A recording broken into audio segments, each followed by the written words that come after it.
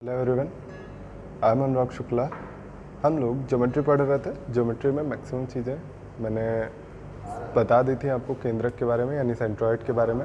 अब हम लोग को पढ़ना है सेंट्रॉइड के कुछ और अच्छे क्वेश्चन। उससे पहले एक थोड़ा सा छोटा सा कॉन्सेप्ट है, सेंट्रॉइड में ही आपको बता देते हैं। देखिए कॉन्सेप्ट क्या है कि समान समांतर रेखाओं और समान बेस पर यानी सेम आधार हो, समान आधार और समान समांतर रेखाओं के बीच बने त्रिभुजों का क्षेत्रफल समान होता है। ये लैंग्वेज है, लिख लीजिएगा। समान समांतर रेखाएं मतलब जैसे कोई दो पैरेलल लाइंस मिली और समान बेस, जैसे मान लीजिए ये बेस एक ट्रायंगल बनाया गया ऐसे, इसी बेस पे दूसरा ट्रायंगल यहाँ अगर बना दे तो इन दोनों ट्रायंगल्स का एरिया बराबर होगा। इसी तरह ये हम बना देते हैं, ये भी एरिया बराबर होगा। यहाँ बना देते हैं, मतलब जितने भी ट्रायंगल आप समान बेस पे, मतलब ये पॉइंट सेम हो और ये पॉइंट सेम, ऊपर कोई भी पॉइंट आप ले सकते हैं। समझ में आ गया होगा। समान समांतर रेखाएं हैं, दोनों सेम पैरेलल लाइंस हैं, इनके बीच बने ट्रायंगल्स का एरिया सेम होगा। कब? जब बेस सेम होंगे, मतलब आधार समान है। ये क्यों होता है? क्योंकि आपने पढ़ा होगा एक कॉन्सेप्ट कि अगर एक ट्रायंगल दिया गया हो, इसका एरिया निकालना हो, तो सबसे आसान तरीका क्या होता है, इसका हम परपेंडिकुलर निकाल लेते हैं। इसी परपेंडिकुलर, अगर मान लीजिए ये ट्रायंगल है ए बी, तो हाफ हाइट इंटू बेस यानी h इंटू बेस यानी बी सी, यही होता है इसका सबसे आसान तरीका एरिया निकालने का। ये मैंने शायद स्टार्टिंग की क्लासेस में बताया था, है ना। तो आपको निकालने का सबसे आसान तरीका यही मिलता है, हाफ हाइट इंटू बेस।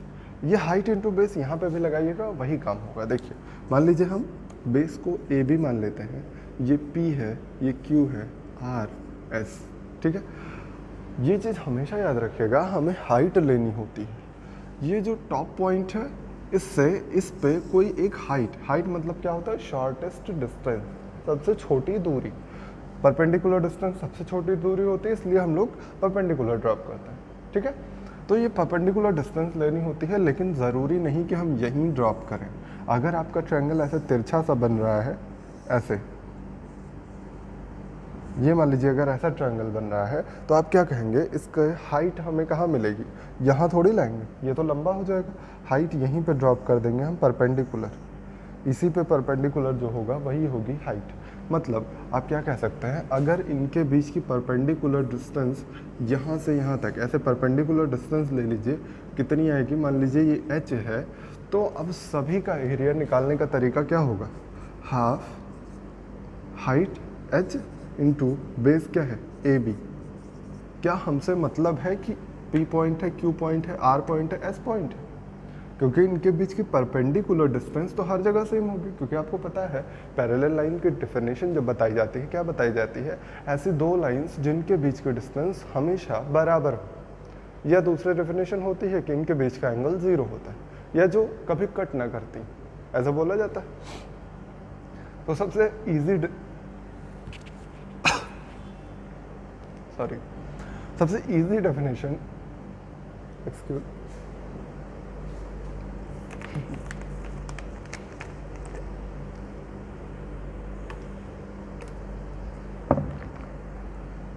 सबसे आसान डेफिनेशन क्या होती है, वो होती है कि जहाँ पे ऐसे दो लाइंस जिनके बीच की डिस्टेंस हमेशा बराबर हो, है ना।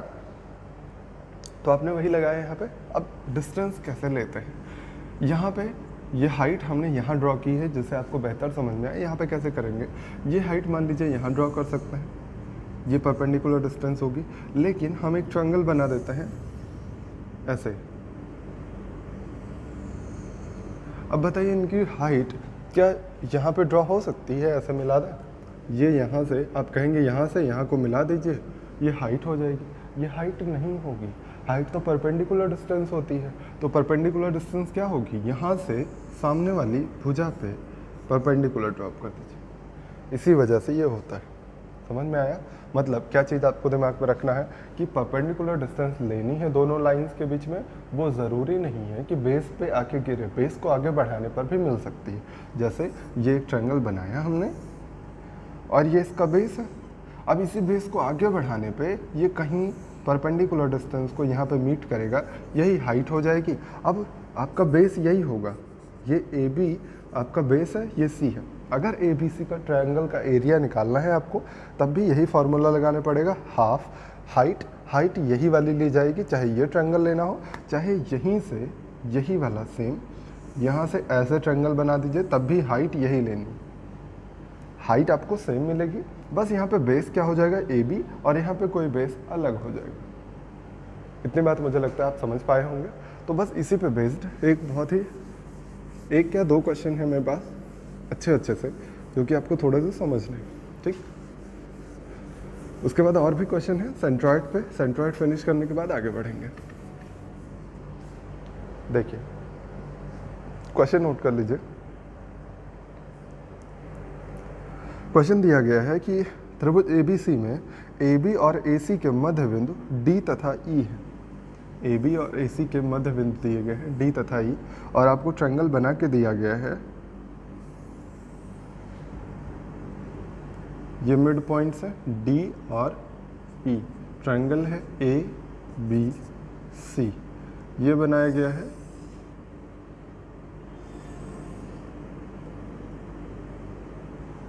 ये बनाया गया है, यहाँ पे बोला गया M पॉइंट।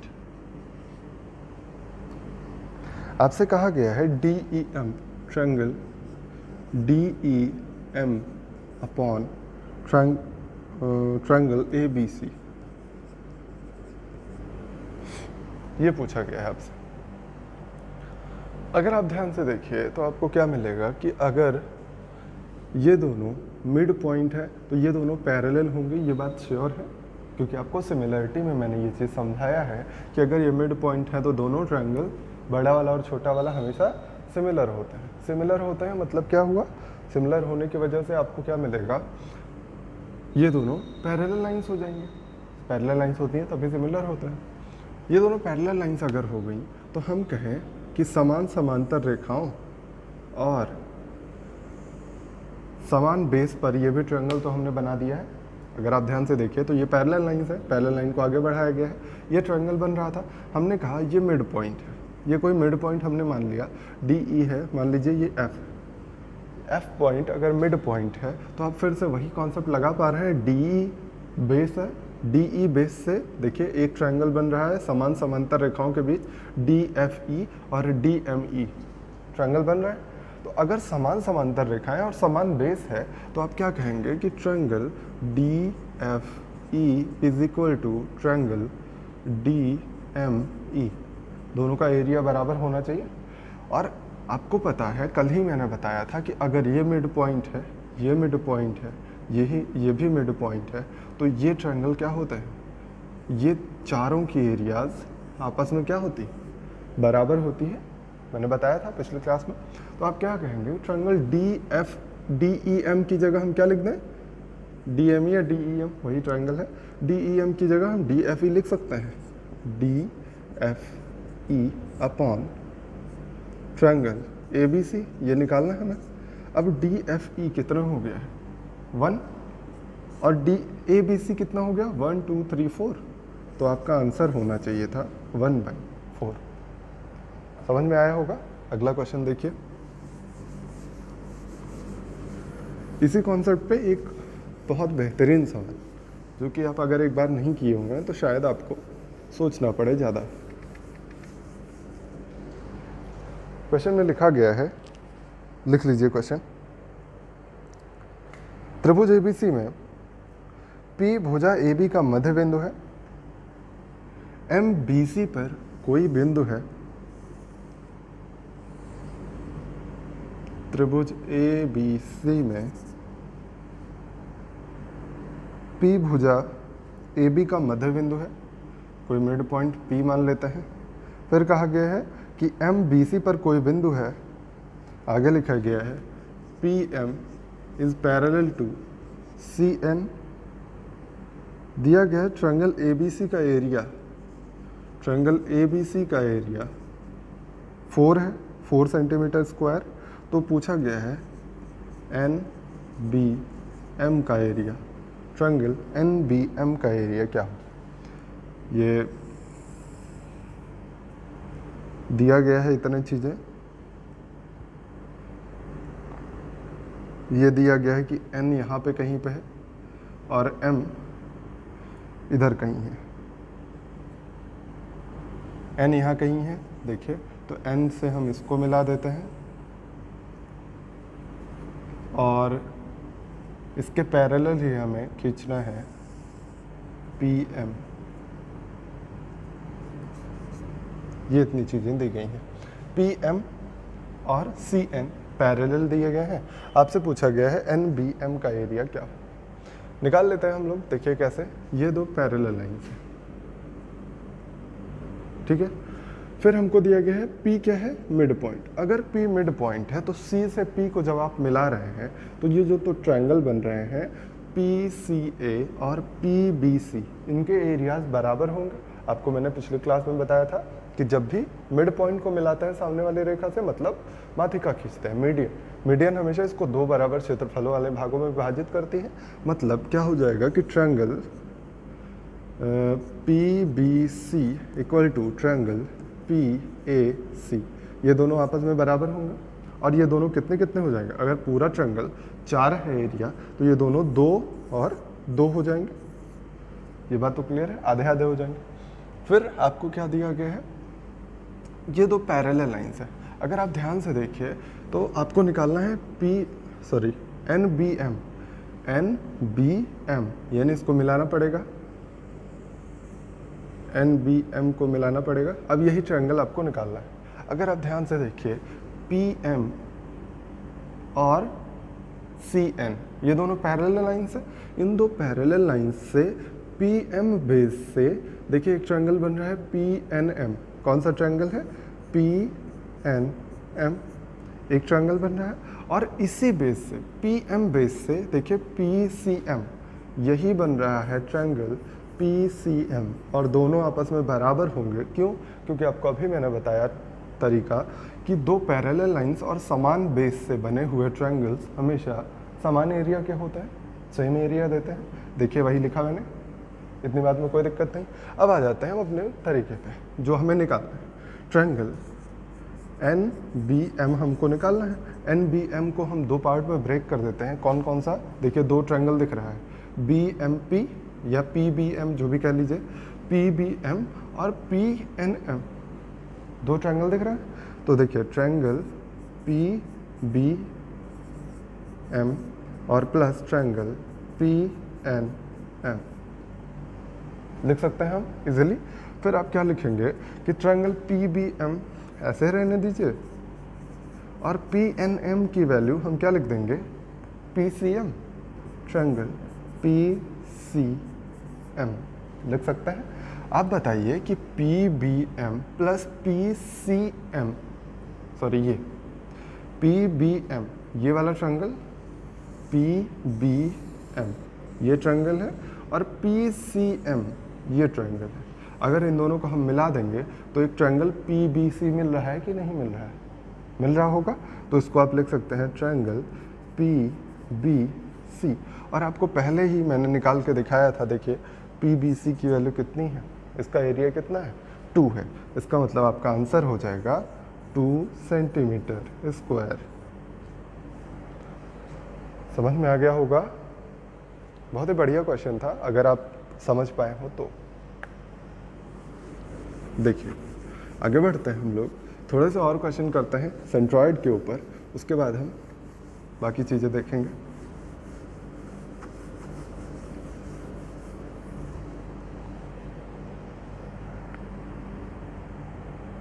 देखिए आपको दिया गया है एक क्वेश्चन, त्रिभुज ABC में D तथा E क्रमशः AB और AC के मध्य बिंदु है।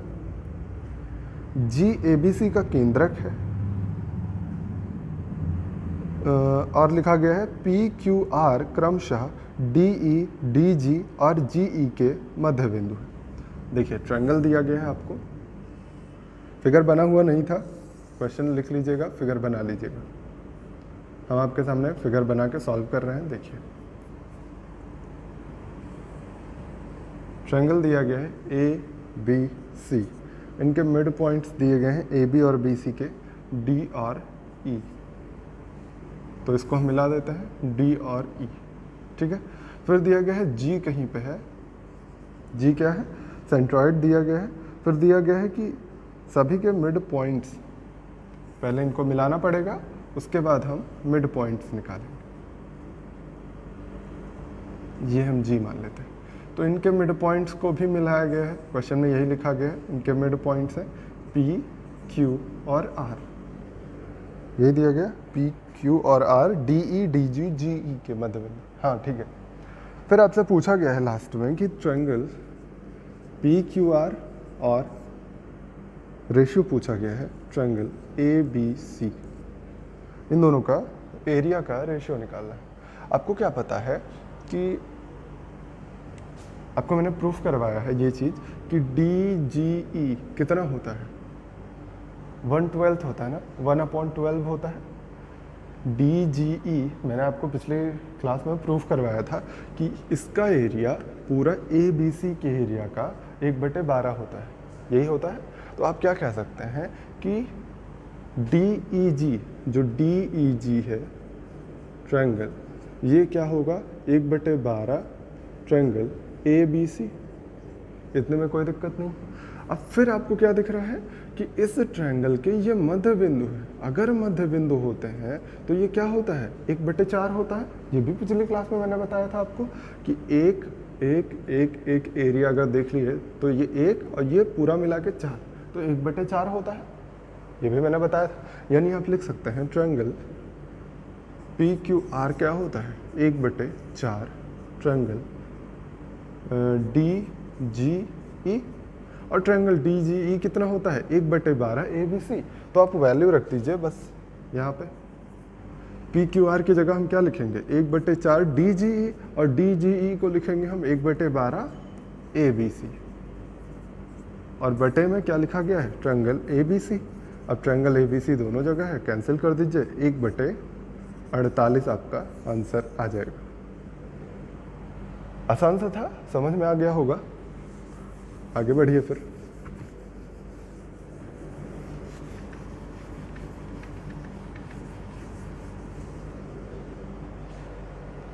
देखिए अगला क्वेश्चन है, त्रिभुज ए बी सी में जी केंद्रक है, बी सी पर बिंदु पी क्यू और आर इस प्रकार है कि B P equal to P Q equal to Q R equal to R C.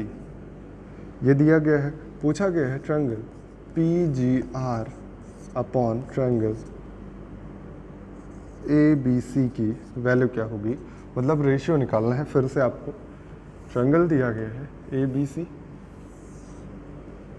Triangle है ए बी सी, इसमें जी केंद्रक है, तो जी से हम इसको मिला देते हैं, इसको मिला देते हैं, ये जी केंद्रक हो गया। पी क्यू आर 3 बिंदु हैं, मान लीजिए यहाँ से मिलाते हैं हम पी को, ये है क्यू, ये है आर। कहा गया है कि ये सभी आपस में बराबर है, ये इतना बोला गया है। अगर ये सभी आपस में बराबर हैं तो आप क्या कहेंगे कि इसको हम 1/1 मान लेते हैं, क्योंकि आपको रेशियो लेना है तो 1/1 रेशियो मान लेते हैं ना। देखिए रेशियो निकालना है लास्ट में। अब इनका एरिया मैंने क्या बताया था आपको, कभी भी बेस को जिस रेशियो में डिवाइड करते हैं उसी रेशियो में उनका एरिया भी डिवाइड होता है, मैंने आपको बताया हुआ था। तो इस वजह से आप कह सकते हैं इनके एरियाज भी बराबर बराबर होंगे, यानी 1/1 हो जाएंगे। आपसे कहा गया पी जी आर का एरिया, तो पी जी आर का एरिया कितना हो रहा है, देखिए पी जी आर 1 + 1 कितना हो रहा है, 2 हो रहा है। ए बी सी का एरिया, ये भी मैंने आपको बताया था कि जब आप जी बनाते हैं केंद्रक, तो उसको अगर यहाँ से मिला दें तो ये एरिया और ये पूरा एरिया बराबर होता है। ये मैंने आपको पढ़ाया था पिछले क्लास में। तो ये तीनों एरियाज बराबर हैं। यहाँ कितना हो रहा है, 1 + 1 + 1 + 1 4 हो रहा है। तो ये 4 यानी 4 × 3। तो आप ए बी सी का एरिया निकालेंगे तो कैसे निकालेंगे, 4 × 3 यानी कितना हो जाएगा, 1/6। आंसर था आपका 1/6। क्लियर हो रहा है। चलिए आगे बढ़िए फिर।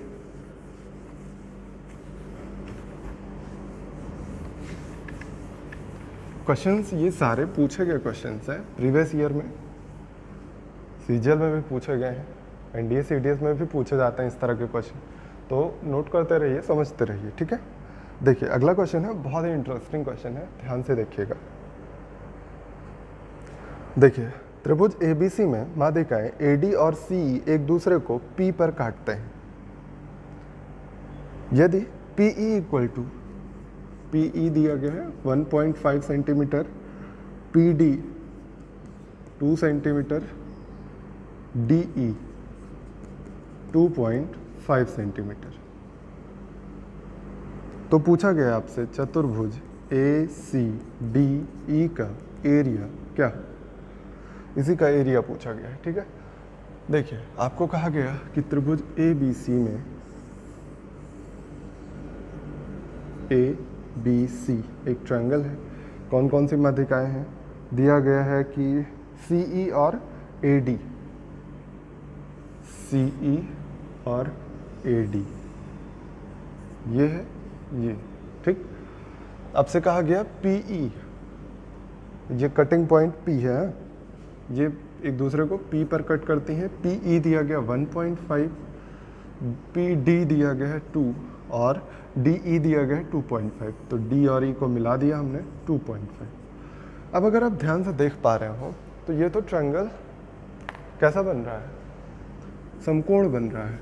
कैसे बन रहा है देखिए, आप अगर कहें कि 1.5 एक भुजा है, दूसरी 2 है, ये 2.5, ये तीनों साइड्स दी गई हैं, हम इनका अगर डबल कर दें। अच्छा आपको ये चीज़ मैंने ट्रिग्नोमेट्री पढ़ाते टाइम बताया था कि कभी भी ट्रिपलेट अगर दिए गए हों तो उनका आधा करिए, उनका 2 गुना करिए, 5 गुना करिए, कितना भी n गुना करने पर ट्रिपलेट में कोई परिवर्तन नहीं होता है। मतलब ये वाला चेंज नहीं होता कि वो ट्रिपलेट बदलते नहीं हैं, कोई ना कोई ट्रिपलेट जरूर बनता है, ठीक है। तो कभी भी ट्रिपलेट में कुछ चीज़ मल्टीप्लाई या डिवाइड करने पर ट्रिपलेट केवल वैल्यू चेंज होती है, वो ट्रिपलेट रहता है, मतलब पाइथागोरियन ट्रिपलेट बना रहता है, बस वो वैल्यूज चेंज कर देता है अपनी। जैसे आप लिखेंगे 3 4 5 ट्रिपलेट है, इन्हीं का डबल कर दीजिए, 6 और 8 और 15, सॉरी 10, 6 8 और 10, ये भी ट्रिपलेट है, पता ही है आपको। उनका 3 गुना करिए तब भी ट्रिपलेट बनता है, तो वो ट्रिपलेट रहेगा, बस वैल्यूज चेंज हो जाएंगे, ठीक है। तो अगर इनको हम डबल कर दें तो ये कितना हो जाएगा, 3, ये 4, ये 5। देखिए 3 4 5 ट्रिपलेट होता है, इसका मतलब ये भी एक ट्रिपलेट है। ट्रिपलेट है मतलब क्या, ट्रिपलेट का मतलब सीधा सीधा कि ये कब होता है ट्रिपलेट, जब 90 डिग्री होता है एक एंगल, यानी वो समकोण त्रिभुज होता है। तो यहाँ से क्या कहेंगे आप, समकोण कहाँ पे बनाएगा, सबसे बड़ी वाली भुजा के सामने। ये भी मैंने आपको बताया था जब ट्रिग्नोमेट्री पढ़ाया था, वहाँ पे आपको सिखाया था कि कैसे पहचानते हैं कौन सा एंगल 90 डिग्री होगा, कौन सा बेस होगा और कौन सा हाइट होगी। ये 90 डिग्री हो गया तो इसका एरिया निकालना बहुत ही आसान हो गया आपके लिए। कैसे निकाल सकते हैं आप, एरिया निकालने का तरीका मैंने बताया है, 90 डिग्री अगर हो जाए तो हाफ हाइट इंटू बेस, अभी भी मैंने बताया हाइट इंटू बेस वाला। तो हाइट क्या है, ये 1.5 और बेस क्या है 2, चाहे जिसको अदल बदल सकते हैं, कोई फ़र्क नहीं पड़ेगा, ठीक। 1.5 हो गया इनका एरिया, इतने का एरिया।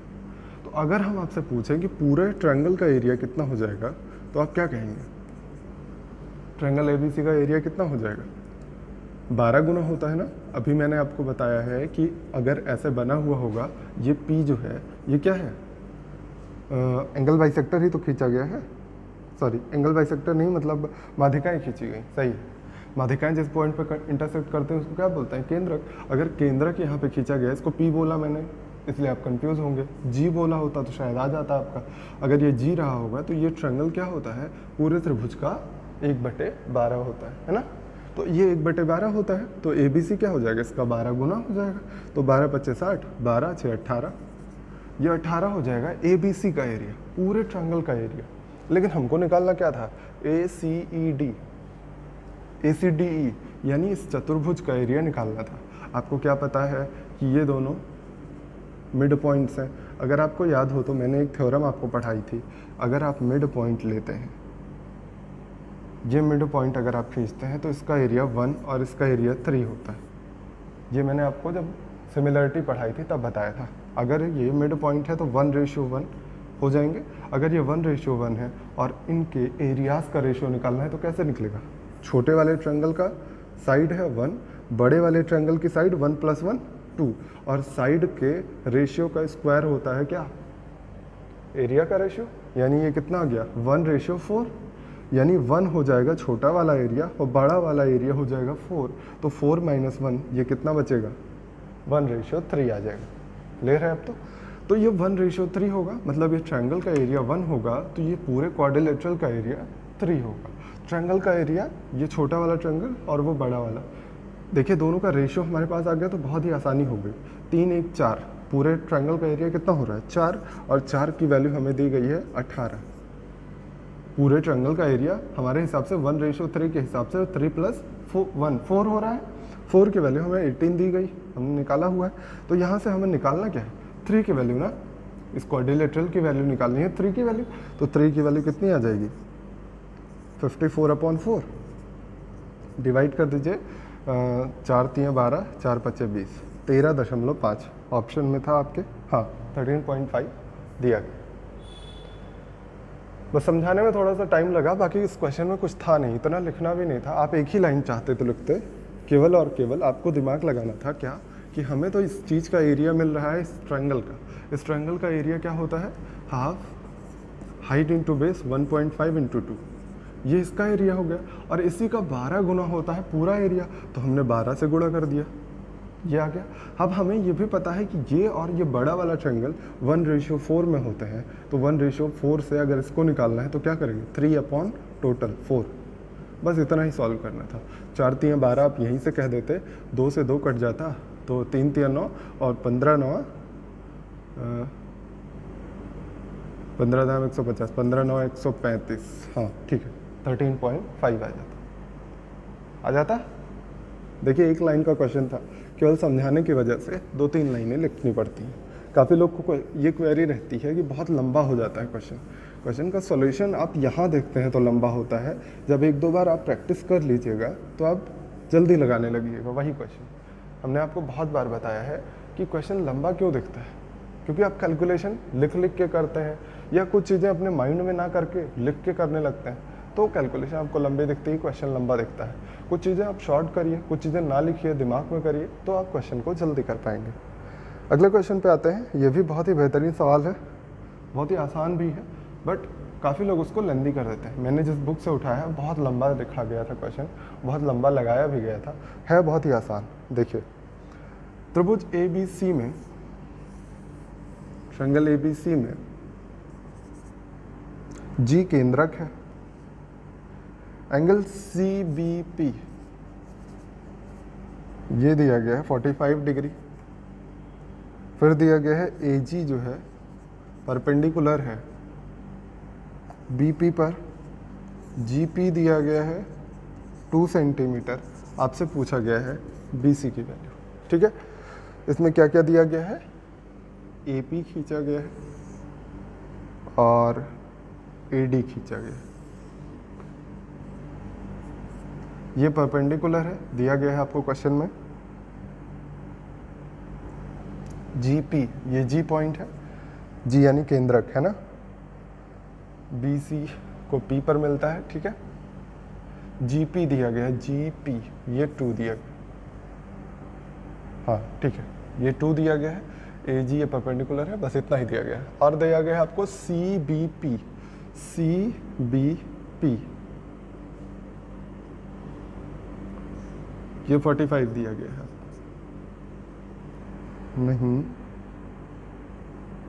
ये 45 नहीं दिया गया था, CAP दिया गया था, सॉरी ये गलत हो गया है, बस अब सही। CAP 45 है, ये वाला एंगल 45 डिग्री है। देखिए कितना आसान क्वेश्चन है, अगर आप ध्यान से देखिए। ये 2 है तो ये कितना हो जाएगा ये बता दीजिए, क्योंकि आपको पता है कि केंद्रक क्या करता है, माध्यिका को 2:1 में डिवाइड करता है। अगर ये G है, केंद्रक है, तो ये किस पे होगा, माध्यिका पे ही हो सकता है। इसका मतलब ये AD, AP और BD माध्यिका होंगी, और इन माध्यिकाओं को G पर कट कर रहे हो, इसी वजह से ये केंद्रक बना होगा।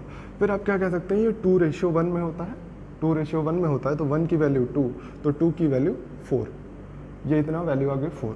फिर आपको पता है ये 90 डिग्री है, तो इसका मतलब इधर भी 90 डिग्री ही रहा होगा, इसमें तो कोई कन्फ्यूज़न नहीं है। इधर 90 डिग्री है तो इधर भी 90 डिग्री ही रहा होगा। अब ये अगर 90 डिग्री है, ये 45 है, तो ये भी कितना हो जाएगा 180 में से माइनस करिए, 45 ही आने वाला है। ये 45 मैंने बताया एक ही ट्रायंगल में अगर दो एंगल इक्वल हो गए हैं तो उनके सामने की साइड्स भी इक्वल होनी चाहिए।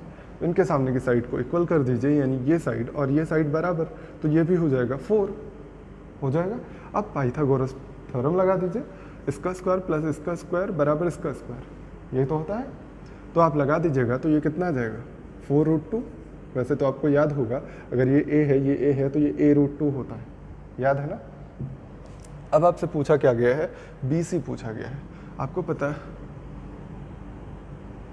पता है सॉरी BC नहीं पूछा गया था, AC पूछा गया था। ये क्वेश्चन में हमें लगता है B को मैंने वहाँ पे चेंज कर दिया है, इस वजह से इधर उधर हो रहा है। यहाँ पे A लिखा रहा होगा, वहाँ पे B लिखा रहा होगा। तो AC पूछा गया है आपसे। अब तो आप निकाल सकते हैं बहुत ही इजीली AC कैसे आएगा। ये D पॉइंट क्या है, मिड पॉइंट है, क्योंकि ये क्या है BD माध्यिका है, तभी तो यहाँ G मिल रहा है।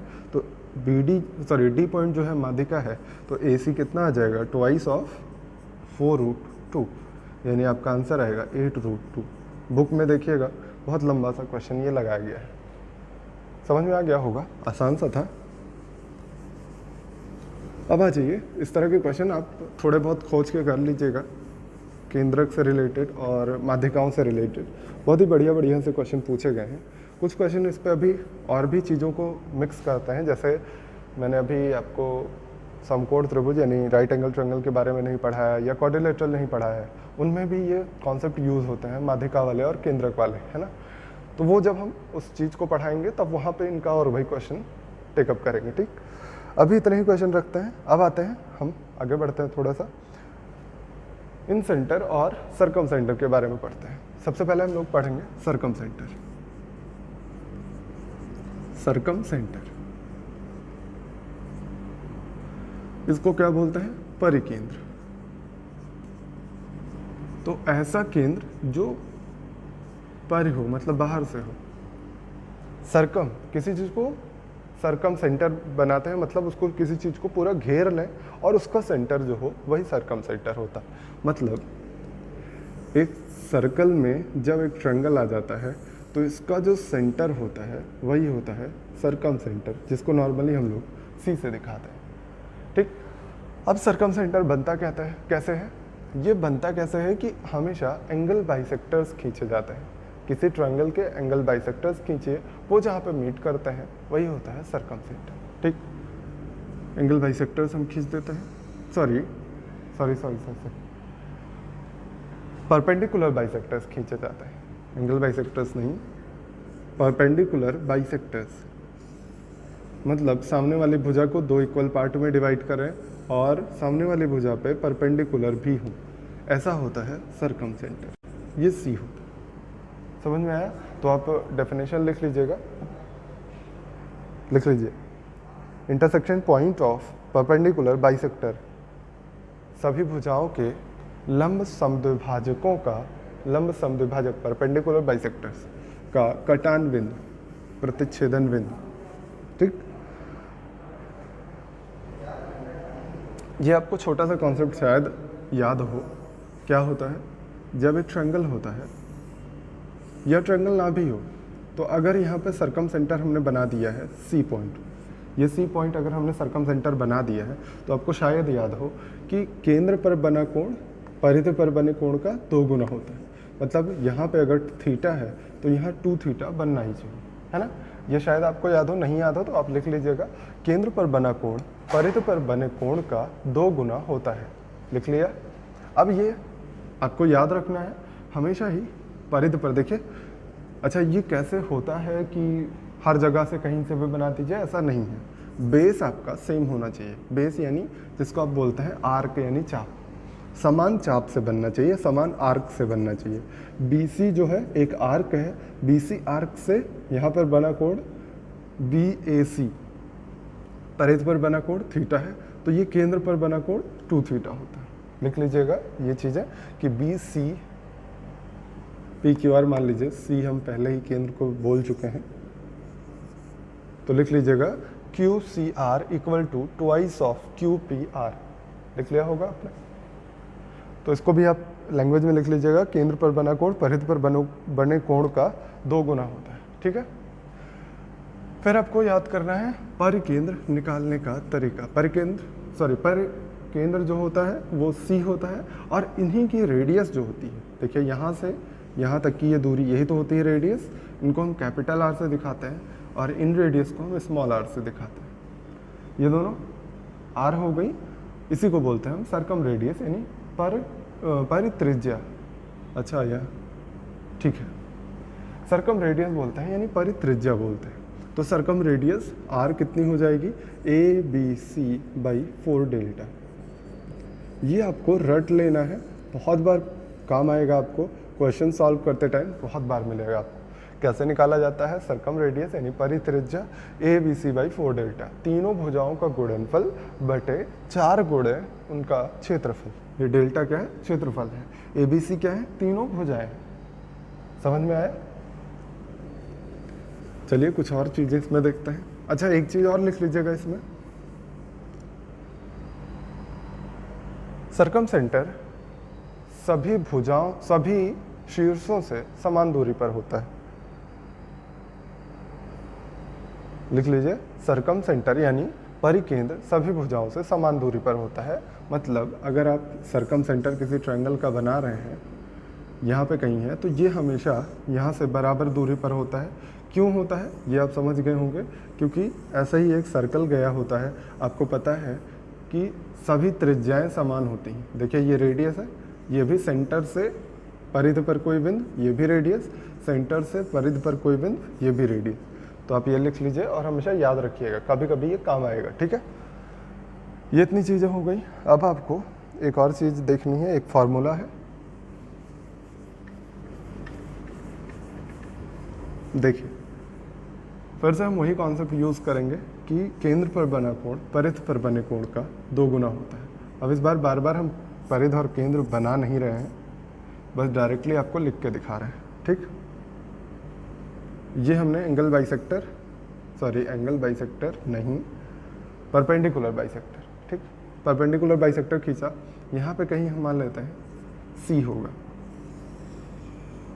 इसको ऐसे मिला दिया हमने, यहाँ से इसको यहाँ से मिला दिया। परपेंडिकुलर बाइसेक्टर का मतलब समझ रहे हैं, लंब भी होगा और इसको 2 बराबर भागों में विभाजित भी करेगा। ठीक है, अब हम क्या कहते हैं, अगर ये एंगल P है, ये पूरा एंगल अगर P है, तो ये पूरा क्या होगा, 2P होगा, ट्वाइस ऑफ एंगल P होगा। अगर ये ट्वाइस ऑफ एंगल P है, और हम कह सकते हैं, देखिए ये 90 डिग्री, ये साइड इस साइड के बराबर, और ये कॉमन साइड, मतलब ये दोनों ट्रायंगल क्या हो गए, कॉन्ग्रुएंट हो गए। कॉन्ग्रुएंसी आपने पढ़ी है, side angle side, side angle side बराबर हो गए SAS प्रॉपर्टी से। ये दोनों ट्रायंगल कॉन्ग्रुएंट ट्रायंगल अगर हो गए, तो आप कह सकते हैं कि ये एंगल इस एंगल से बराबर होगा, बराबर होगा ना। आपने कहा कि एंगल अगर P था, देखिए एंगल P यहाँ पे लिखा है, तो हमने कहा ये एंगल अगर P है तो ये पूरा एंगल ट्वाइस ऑफ P होगा। अगर ये पूरा ट्वाइस ऑफ P है तो ये आधा आधा हो गया, आधा आधा यानी एंगल P। इतनी बात में तो कोई समस्या नहीं होगी। अब अगर आप ध्यान से देखिए इस वाले ट्रायंगल में, इस वाले ट्रायंगल से हम निकाल सकते हैं साइन P। साइन P क्या हो जाएगा, साइन आपको निकालना बताया है मैंने कि ये 90 डिग्री है। जिस एंगल को ले रहे हैं उस एंगल के सामने क्या होता है, परपेंडिकुलर होता है, और इससे लगी हुई जो साइड होती है ये होती है बेस। पता है आपको, अगर हम इस पूरी साइड को A मान लेते हैं तो ये क्या हो जाएगा, A/2 ये D मान लीजिए, A/2 हो जाएगा। ये पूरा A/2, ये A/2, क्योंकि ये परपेंडिकुलर बाइसेक्टर है। अब P के सामने यही होगा परपेंडिकुलर, और साइन क्या होता है, परपेंडिकुलर अपॉन हाइपोटेन्यूज। परपेंडिकुलर हो गया A/2 अपॉन हाइपोटेन्यूज कितना है, CQ, और CQ क्या है, ये रेडियस ही तो है, सरकम रेडियस। आपको अभी मैंने बना के दिखाया था, इसको अगर सर्कल बना दीजिए पूरा, तो फिर से ये सरकम रेडियस दिखना शुरू हो जाएगी, यानी ये है R। अगर यहाँ से हम R की वैल्यू निकालना चाहें तो मिल जाएगा आपको A/2 साइन P। और ये फॉर्मूला आप याद रखिएगा। कभी कभी आपको क्या होगा कि यही कुछ चीज़ें दे दी जाएंगी। जैसे क्या क्या हुआ यहाँ पे देखिए, रेडियस कैसे निकली, सर्कम रेडियस कैसे निकली, ए यानी सामने वाली साइड अपॉन में twice of sign angle this, ऊपर वाले एंगल। इस चीज़ को जनरलाइज कर देते हैं। देखिए इस चीज़ को एक फार्मूले के तरीके हम सारा लिख देते हैं। अगर आप एक ट्रायंगल ले लीजिएगा, एक ट्रायंगल लिया हमने पी क्यू आर, और हमने कहा कि ये साइड है ए, ये साइड है बी, ये साइड है सी, ठीक है। तो आप कैसे निकालेंगे, अगर आर आपको निकालना है तो तरीका क्या होगा, सबसे पहले यहाँ से लिखते हैं। देखिए ए अगर हम सामने वाली साइड लेंगे तो इसके सामने का कोण 2 साइन पी। इसी तरह आर निकालने का दूसरा तरीका, अगर हमने साइड बी लिया है तो इसके सामने का angle twice of sign Q लिया है। और इसी तरह तीसरा तरीका क्या है, सी लिया है अगर एंगल तो इसके सामने का angle twice of sine R लेंगे, है ना। तो इसका मतलब हम जनरलाइज फॉर्म में क्या लिख सकते हैं, आर की value a upon 2 sine P, या फिर इसी आर की value b upon 2 sine Q, इसी आर की value c upon 2 sine R. ये आपको याद रखना है कि जो साइड लेनी है उसी के सामने के एंगल का साइन लेना है और इसी का ट्वाइस कर देना है। फॉर्मूला याद हो गया होगा, आगे बढ़िए फिर। ये इतनी चीज़ें थी सरकम सेंटर में, ठीक है। सरकम सेंटर समझ में आ गया होगा। अब आते हैं इन सेंटर पे। दोनों हम एक साथ लिख लेते हैं और दोनों के क्वेश्चंस भी हम लोग एक साथ ही देखते रहेंगे, ठीक।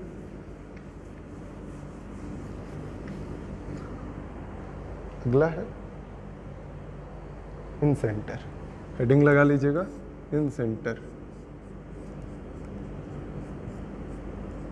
बहुत ही इंपॉर्टेंट है, सबसे ज़्यादा मुझे लगता है इन सेंटर ही इंपॉर्टेंट होता है।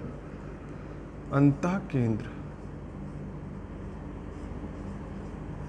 ये आप चाहे हेडिंग लगा लीजिए इन रेडियस या इन सेंटर, जो भी, इन रेडियस लगा लीजिएगा, कोई दिक्कत नहीं। आपको कुल मिला के पढ़ना है, दोनों पढ़ना है, अंतः केंद्र भी जानना है और अंतः त्रिज्या भी जाननी है, ठीक है। अंतः त्रिज्या कैसे बनती है लिख लीजिएगा, सभी एंगल बाइसेक्टर यानी कोण समद्विभाजकों का कटान बिंदु, यानी सभी कोण समद्विभाजकों का प्रतिच्छेदन बिंदु जो होता है वही होती है अंतः त्रिज्या, सॉरी अंतः केंद्र, ठीक है। ये सारा हमने एंगल बाइसेक्टर खींचा, ये जहाँ पे भी मिलेंगे यही होगा इन सेंटर। इसको हम नॉर्मली आई से दिखाते हैं। ट्रायंगल हमने ले लिया, मान लीजिए ए बी सी। आपको एक हमने फार्मूला बताया हुआ था, वो फार्मूला यहाँ पे काम आएगा। कैसे, देखिए ये सारे एंगल्स तो आपस में बराबर होंगे, क्यों, क्योंकि मैंने बताया एंगल बाइसेक्टर्स होते हैं, ठीक है। अब यहाँ पे क्या होगा, अगर आपको निकालना है एंगल बी आई सी, तो ये फार्मूला मैंने पहले भी बताया है, आपको प्रूफ भी करवाया था शायद। ये क्या होता है, 90 प्लस एंगल ए बाई 2। ये एंगल अगर आपको निकालना है तो इसका आधे को हमें जोड़ना पड़ेगा 90 में। इसी तरह एंगल बी आई ए, अगर ये निकालना है तो हम क्या कहेंगे, 90 प्लस एंगल बी आई ए लिया, ये वाला एंगल निकालना है तो सामने वाले एंगल का आधा। ऐसे ही एंगल एंगल सी आई ए, ये 90 प्लस एंगल बी बाई 2। ये तीनों फॉर्मूले आपको याद कर लेने हैं। ये क्या होता है, अच्छा ये भी चीज़ हमेशा याद रखिएगा कि ये क्या होता है, प्रतिच्छेदन बिंदु किसके, एंगल बाइसेक्टर्स के। अब इनमें अंतः केंद्र आपको दिख ही नहीं रहा होगा, तो ये हम बना देते हैं इन सर्कल, अंतः वृत्त। ये बना इन सर्कल, जैसे उसमें बनाया था हमने सरकम सर्कल, इसमें बना दिया इन सर्कल। इसी का जो केंद्र होगा ये होगा अंतः केंद्र। अगर यहाँ से आप ध्यान से देखिए तो ये परपेंडिकुलर डिस्टेंस है, ये भी परपेंडिकुलर डिस्टेंस है और ये भी परपेंडिकुलर डिस्टेंस है। इस चीज़ को हम आपको बताएंगे सर्कल में कि हमेशा स्पर्शियाँ लंब होती हैं, ठीक है। फिलहाल आपको यहाँ क्या जानना है कि ये क्या है, परिधि से केंद्र को मिला है, ये भी परिधि से केंद्र को मिला है, ये भी परिधि से केंद्र को मिला है, तो ये सभी क्या हो जाएंगे, इन रेडियस हो जाएंगे। मतलब इस बात को आप नोट कर लीजिएगा पॉइंट बना के कि अंतः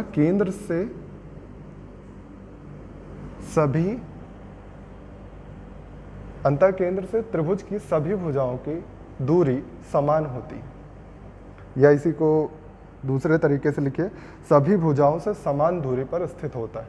अंतः केंद्र सभी भुजाओं से समान दूरी पर स्थित होता है। दोनों ही एक ही चीज़ें हैं, लिख लीजिएगा, याद कर लीजिएगा, क्योंकि बार बार यूज़ होगा ये इतनी बात समझ में आ गई होगी। मुझे लगता है मैक्सिमम चीज़ें इसमें हो गई हैं। एक फार्मूला और बचा हुआ है, वो भी लिख लीजिएगा, इन सेंटर से रिलेटेड। अच्छा, अभी इन रेडियस मैंने नहीं बताया। इन रेडियस निकालने का तरीका क्या है कि इन रेडियस मतलब अंतः त्रिज्या, इसको हम स्मॉल आर से दिखाते हैं। स्मॉल आर निकालने का तरीका डेल्टा बाई एस। डेल्टा क्या होता है? त्रिभुज का क्षेत्रफल होता है, ये एरिया है, और ये क्या है? S semi parameter. Semi parameter क्या होता है? त्रिभुज की तीनों भुजाओं का आधा। सेमी मतलब आधा, अर्ध परिमाप, मैंने बताया भी था आपको, ये लिख लिया होगा आपने। इसमें एक और बचा हुआ है फॉर्मूला, शायद नहीं, लगभग हो गया है, एक और बचा हुआ, देखिए ध्यान से, ये भी आपको याद करना है। एंगल बाइसेक्टर सारे खींचेंगे तो जहाँ पे मीट करते हैं उसी को बोलते हैं हम। ये मान लीजिए ए बी सी है, ये डी है, ई है, ये एफ है। अब आपसे कभी कभी पूछा जाता है, ये जहाँ पे कट करते हैं उसको हम मान लेते हैं इन सेंटर है, मतलब आई है, ठीक है। अब आपसे कभी कभी पूछा जाता है ए आई अपॉन आई डी, इसका रेशियो बता दीजिए। तो इनका रेशियो क्या होता है? बगल वाली भुजाओं का योगफल यानी ए बी और ए सी का योगफल बटे सामने वाली भुजा यानी बी सी। इसी तरह और कोई भी लिख सकते हैं हम, जैसे सी आई आई एफ पूछा जाए, सी आई और आई एफ का रेशियो अगर पूछ लिया जाए तो अगल बगल की भुजाओं का योगफल यानी ए सी और बी सी का योगफल और सामने वाली भुजा नीचे रख देंगे, ठीक। इसी तरह अगर आपसे पूछा जाए बी आई और आई ई, बी आई और आई ई का रेशियो, तो ये क्या लिखेंगे आप? बगल वाली भुजाओं का योगफल यानी ए बी और बी सी का योगफल बटे में सामने वाली भुजा यानी ए सी। बात समझ में आई होगी इतनी? याद करना है, ये सारे फार्मूला हैं, ये सारे आपको याद करना है। अब आ जाइए इन सेंटर यानी इन रेडियस और सरकम रेडियस से रिलेटेड जो भी क्वेरीज होती हैं, जो भी क्वेश्चंस होते हैं, उनको देखते हैं।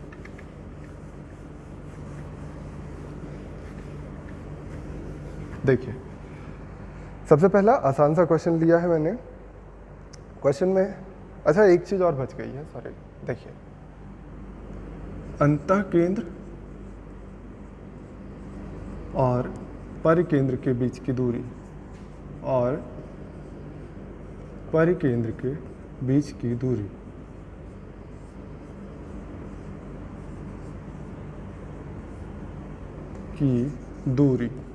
ये बहुत ही इंपॉर्टेंट है, बहुत ही बार पूछा गया है। इसका प्रूफ हम नहीं बताते हैं, बहुत ही बड़ा सा है, तो प्रूफ और ज़रूरत भी नहीं है आपको बहुत ज़्यादा, तो प्रूफ रहने दीजिए। आप बस याद कर लीजिएगा कि दूरी क्या होती है?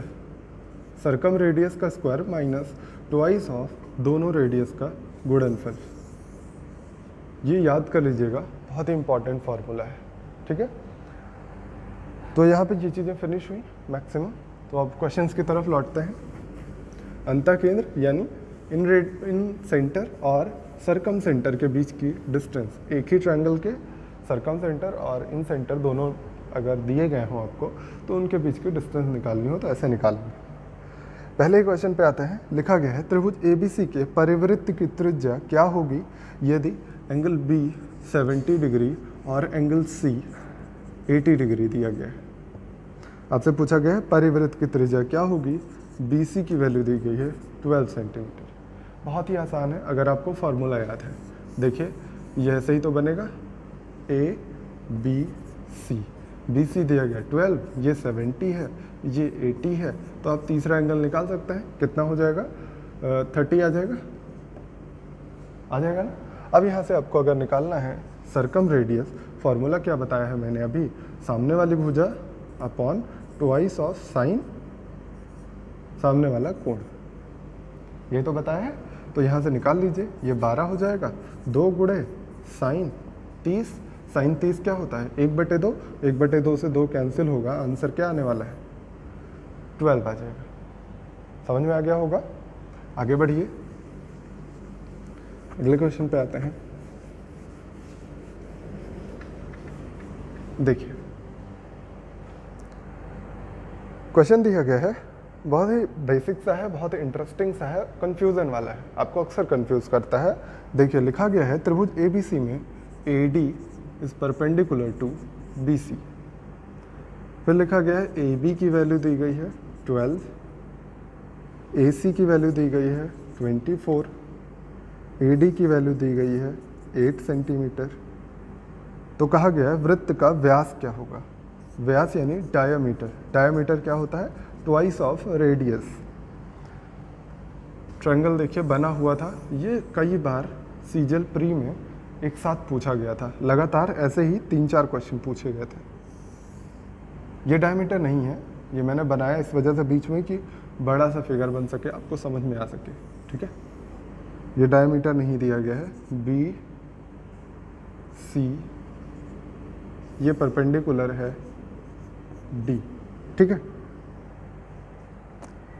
आपसे ऐसे डायरेक्टली डायमीटर नहीं पूछा गया था, ऐसे दिया रहता है, कहा गया होता है कि यहाँ कहीं सेंटर है, तो बताइए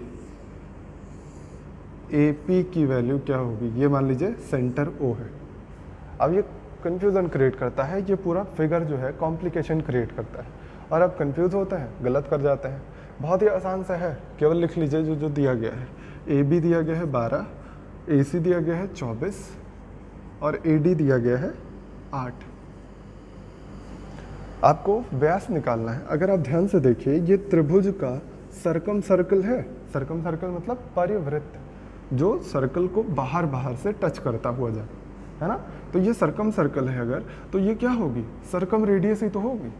व्यास अगर निकालना है तो ट्वाइस ऑफ रेडियस होता है डायमीटर, तो रेडियस हम निकाल लेते हैं, तो रेडियस क्या होगी सरकम रेडियस होगी। सरकम रेडियस निकालने का तरीका आपने अभी देखा है, क्या होता है ABC/4 डेल्ट, यही होता है। अब यहाँ पे वैल्यू रख दीजिए, A यानी एक साइड, फिर दूसरी साइड, और तीसरी साइड हमें क्या दी गई है BC नहीं दी गई, हम लिख देते हैं वैसे ही 4 डेल्टा। डेल्टा क्या होता है, अगर हाइट दी गई हो तो अभी मैंने बताया था half height into base. Height क्या है AD की वैल्यू है 8 और बेस क्या है BC। सीधा दिख रहा है आपको, यही इतना होगा। अब देख रहे हैं आप BC से BC कैंसिल हो गया है, 2 दूना 4 और 2 छक 12 और 8 तियाँ 24, यानी आपका रेडियस क्या आ जाएगी 18। तो डायामीटर क्या होता है ट्वाइस ऑफ रेडियस, यानी 36 आ जाएगा आपका आंसर। आपको केवल पूछा जाता है AP की वैल्यू बताइए, तो AP की वैल्यू क्या हो जाएगी 36, क्योंकि ये क्या है डायमीटर है, सर्कल के सेंटर से पास होती हुई लाइन है। समझ में आ गया होगा, कॉम्प्लिकेशन अब तो नहीं होगी आपको। आगे बढ़िए, फिर कुछ और क्वेश्चंस देखते हैं।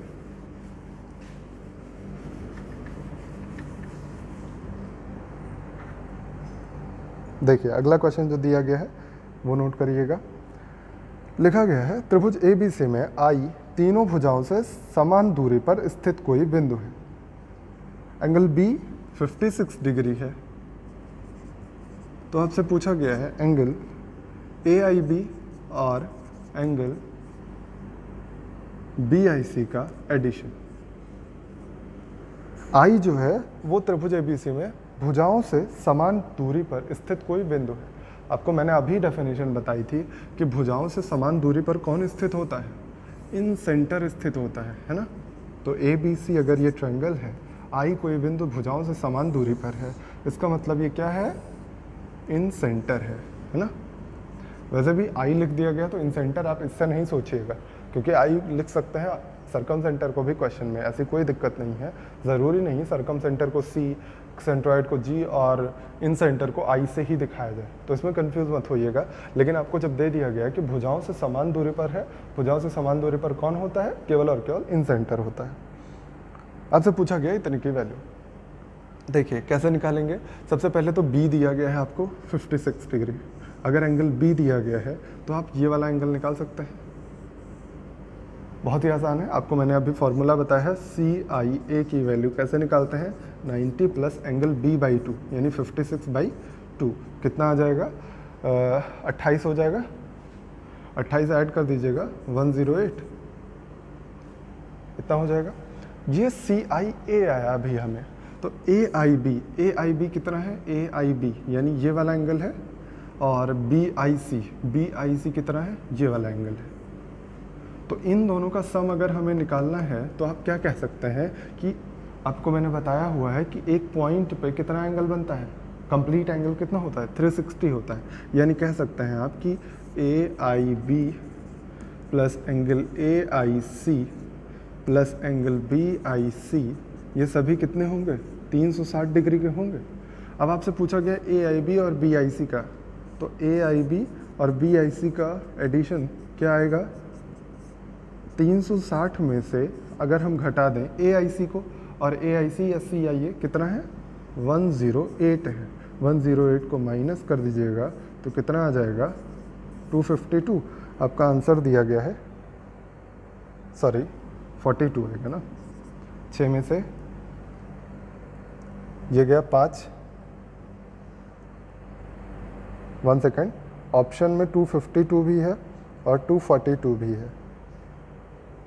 कितना दिया गया था, 2 दूना 4, 2 अठे 16, 28, तो 9 2 11, सॉरी यहाँ पे 118 होना था, यहाँ 118 करिएगा तो ये 42 आएगा। आंसर में 42 दिया गया था, ऑप्शन में 52 भी था, तो ये अब सही है, 242 आंसर आएगा।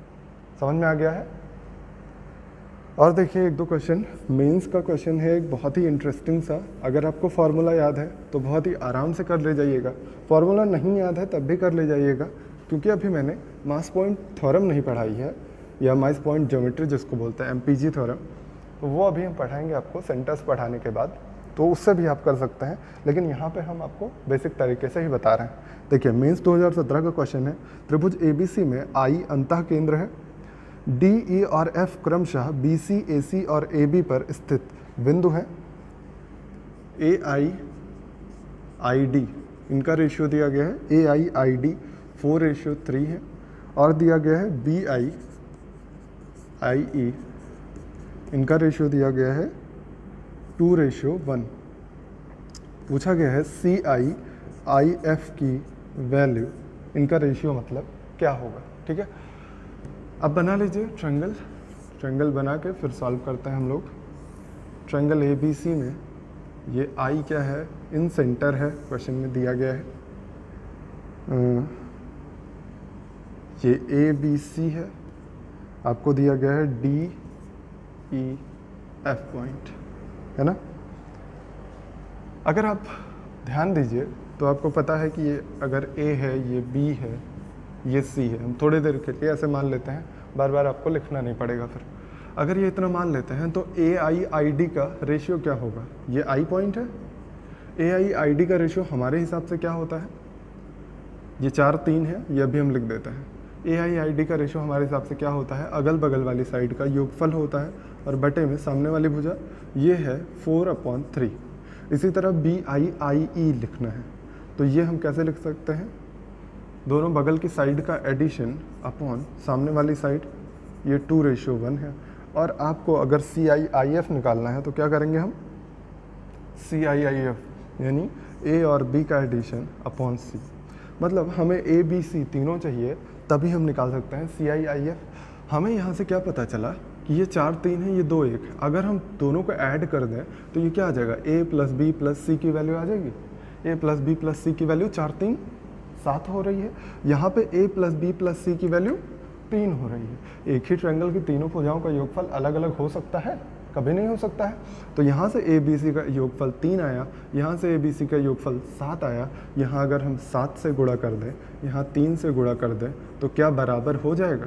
देखिए 4 3 12, 3 3 9, 21 हो रहा है। यहाँ पे 7 दूना 14, 7 21, अब बराबर हो गया दोनों जगह, रेशियो है। अब कुछ भी मल्टीप्लाई कर सकते हैं, बस ऊपर नीचे दोनों करना पड़ता है। ठीक है, अब यहाँ से हमने बराबर कर लिया, तो यहाँ से आप निकाल सकते हैं A की वैल्यू यहाँ से कितनी आ रही है, 9, B की वैल्यू कितनी आ रही है, देखिए यहाँ से 7, सी की वैल्यू निकालनी है, कहीं भी वैल्यू पुट कर दीजिए। देखिए b प्लस सी 12 है, b की वैल्यू हम 7 ले आए हैं, तो c कितना आ जाएगा 5।